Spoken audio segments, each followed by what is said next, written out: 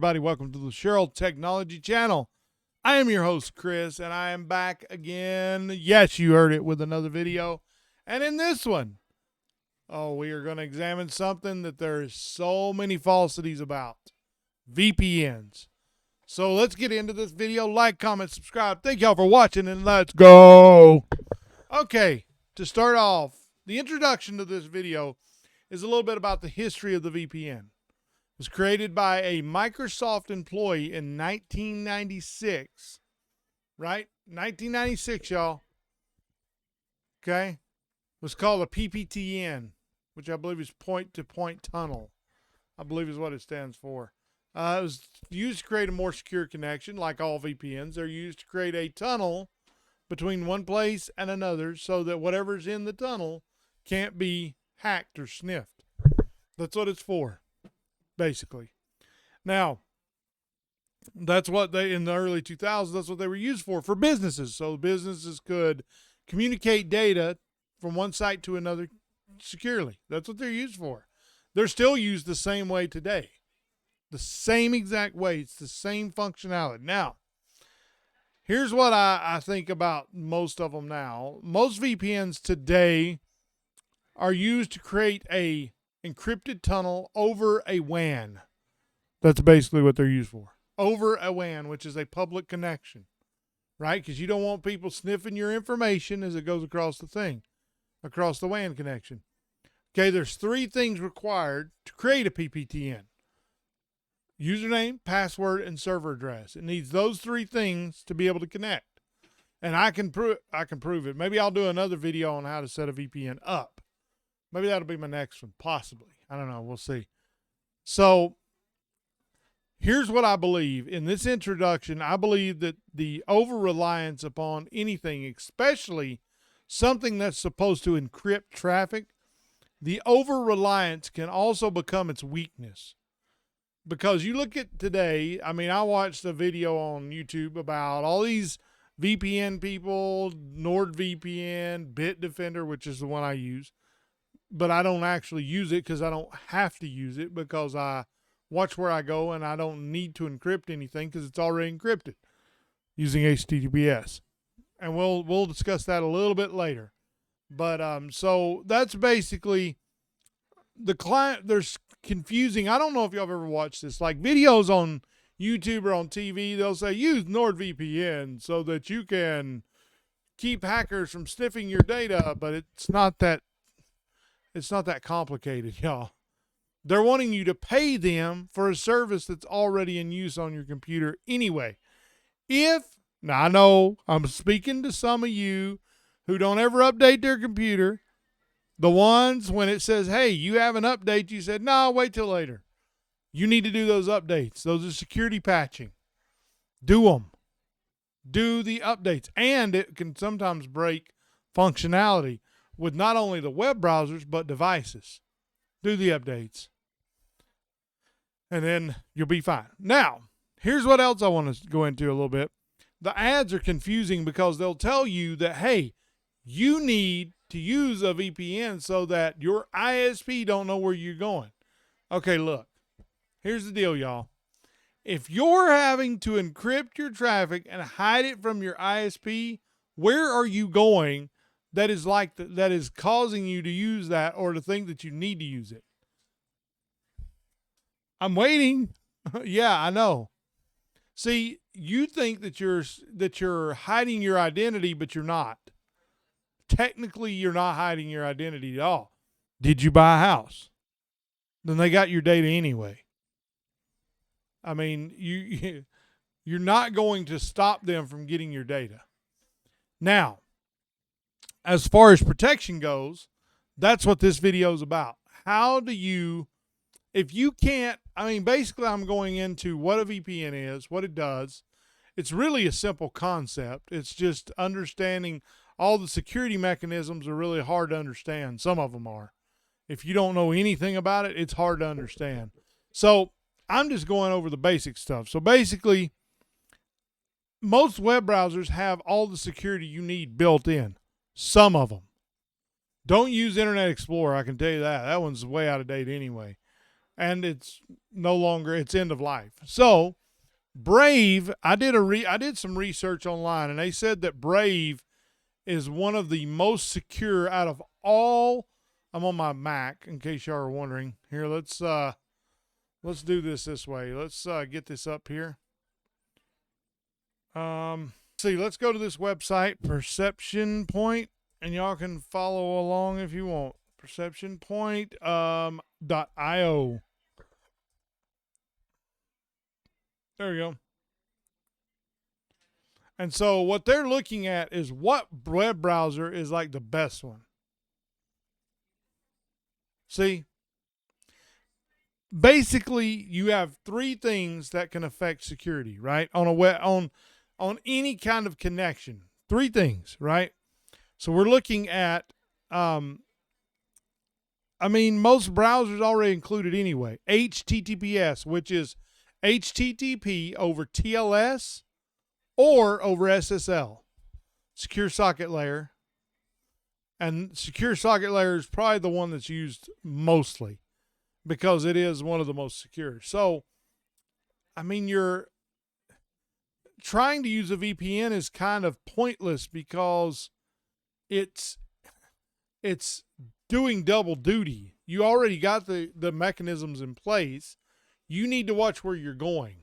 Now, point one, there are two types of a PTTN or PPTN VPN, and they are this: voluntary and compulsory. Now, voluntary means that it is initiated by the user, hence the name voluntary.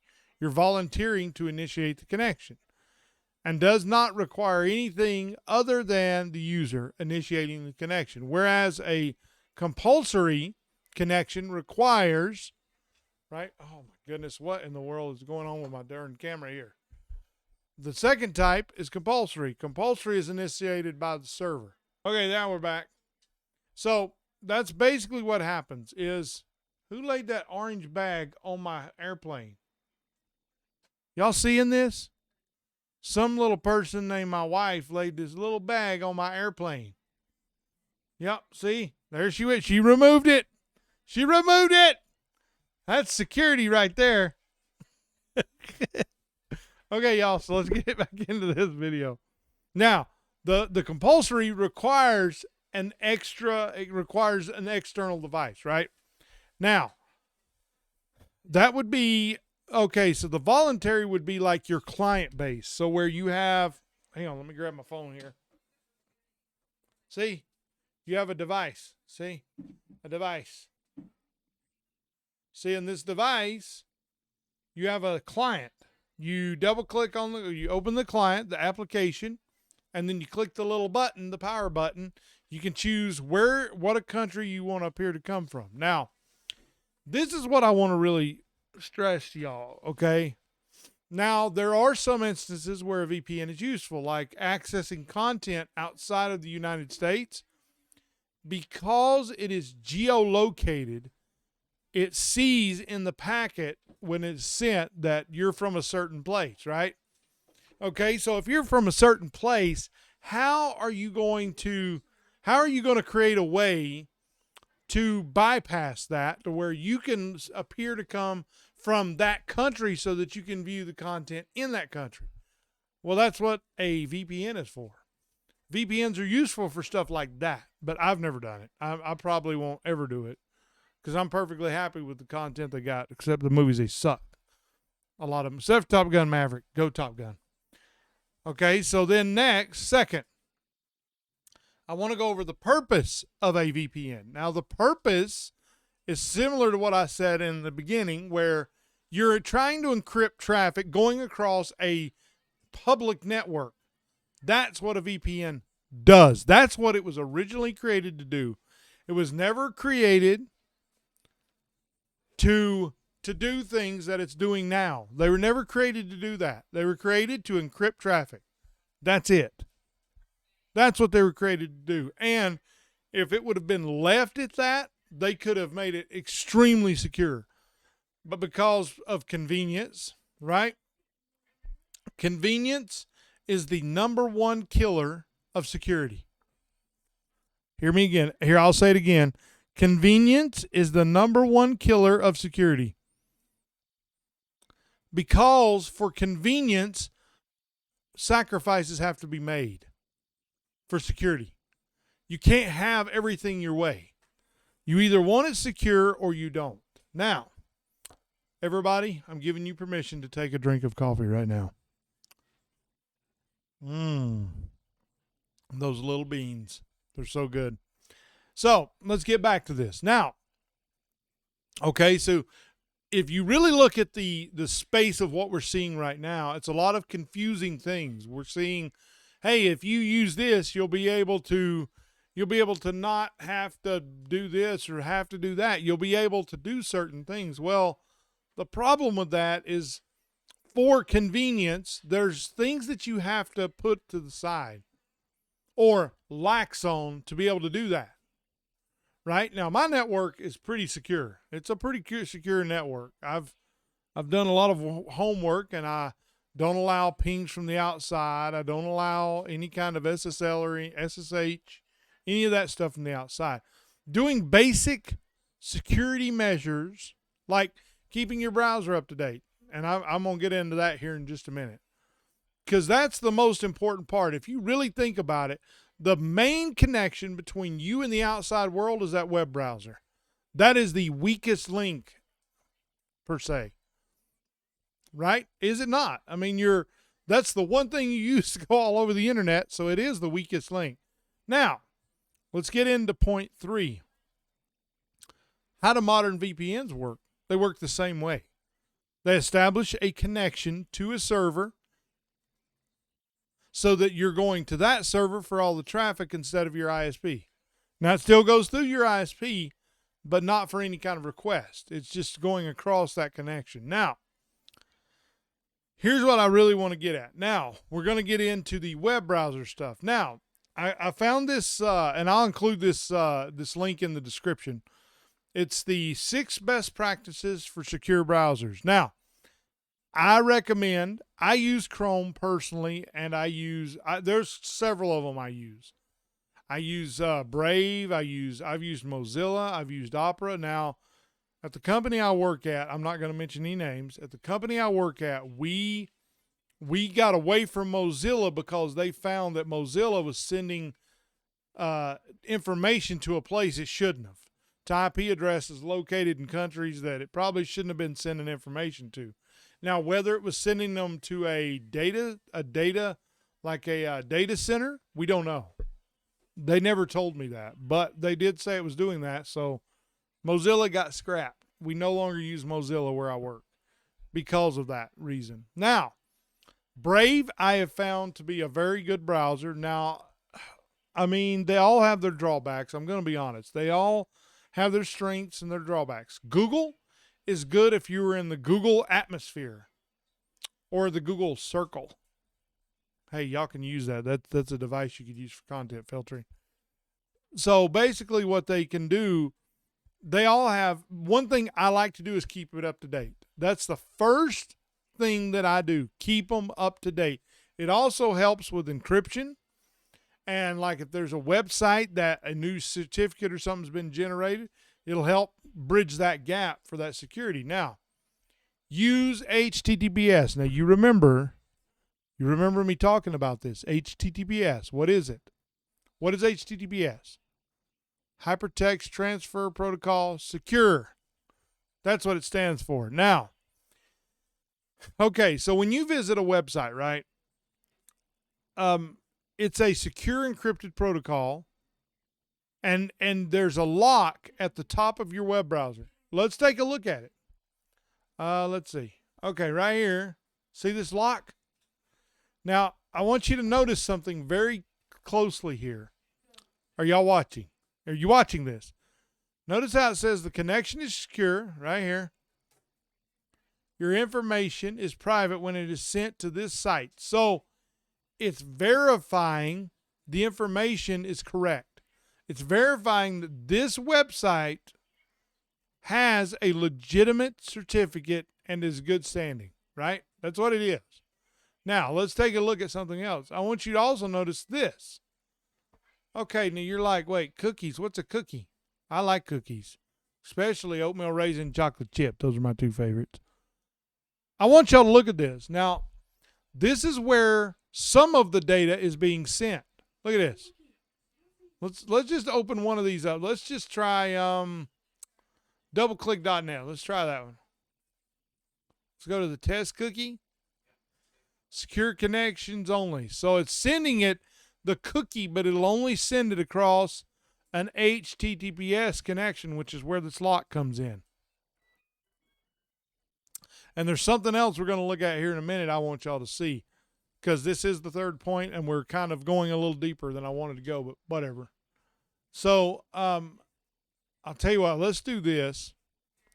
Let's go to, let's see, let's just do, what we're going to do, we'll just pick something, HTTPS. Now I'm going to have to edit that out. Oh, that's because I'm using the wrong darn. Now, what I want you to see, look carefully, y'all. Look carefully.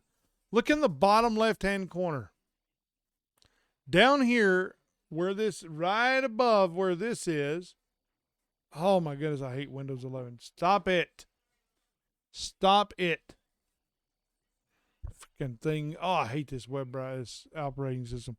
You notice how it says https://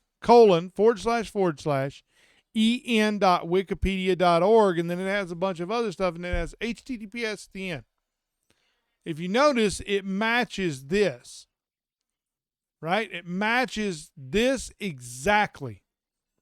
You need to make sure, right here, that, oh, darn. You need to make sure that where you're going, right here, you see this? It has to match down here exactly. Otherwise, you are going to a place that is not legitimate, or they're redirecting your traffic. So that's what I want y'all to know. Now, the next step, and I'm going to harp on y'all for this one, because I know there's some of you out there who got this password 1234. Don't do it. Stop it. Stop it, stop it, stop it. I have a video on how to install a darn password manager. Come on, y'all. I'll link that if you want me to. Maybe I should just link it anyway, because some of y'all are not doing your passwords properly. Okay? So that's what I wanted to tell you about that. Now, for instance, so make sure that when you go somewhere, down in the bottom, you see how it clicks up? How it comes up? HTTPS.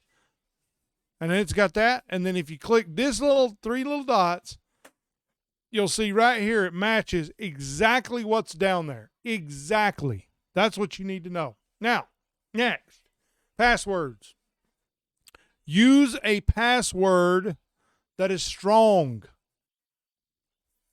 You want to have uppercase, listen to me, uppercase, lowercase, numbers, and special characters all, and at least 10 characters. Most of my passwords are 20 characters, because I've found that it is very difficult for people to guess a password that is 20 characters and has uppercase, lowercase, numbers, and special characters.